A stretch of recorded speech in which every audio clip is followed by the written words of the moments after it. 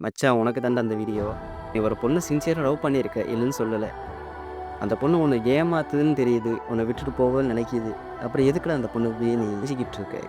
இத்தன வருஷம் உன்ன லவ் பண்ணிட்டு, உன் கூடயே சுத்திட்டு, உன் கூட எல்லாத்தையும் பகிர்ந்துக்கிட்டு, இப்ப இன்னொருத்தவங்க கூட போகணும்னு அந்த பொண்ணுக்கே ஒரு எண்ணம் வந்திருக்கு. அப்ப அந்த உண்மை எந்த அளவுக்கு கேரக்டர் எப்படி இருக்கும்? சொல்லு. நீ எதுக்காக ஃபீல் பண்ற? வாழ்க்கையில எவ்வளோ விஷயங்களே இருக்குடா. உன்ன விட்டுட்டு போகுதுன்னா, அதோட போகட்டும். திரும்பி வந்தா ஏத்துக்காத. உனக்குன்னு உங்க அப்பா, அம்மா இருக்காங்க. உன் ஃபேமிலி இருக்கு. உனக்கு ஒண்ணுனா வந்து நிக்க ஃப்ரெண்ட்ஸ் இருக்காங்க. இதோட உனக்கு என்னடா தேவை?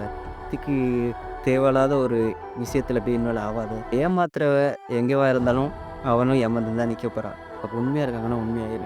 உன்னை விட்டுட்டு போறாங்கன்னா, நீனும் விலகி வந்துரு. உனக்கு தெரியும்.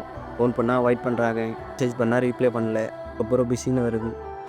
நம்பர பிளாக் பண்றாங்க. என்ன ஒருத்தவங்க முக்கியம்னு நெனச்சாங்கன்னா, நீங்க கால் பண்றப்ப அவங்க அட்டெண்ட் பண்ணி பேசாம, எந்த நேரமும் அவாய்ட் பண்றதால, நீ எதுக்குடா நீ வந்து இந்த நேரம் புரியவே இல்ல நண்பா.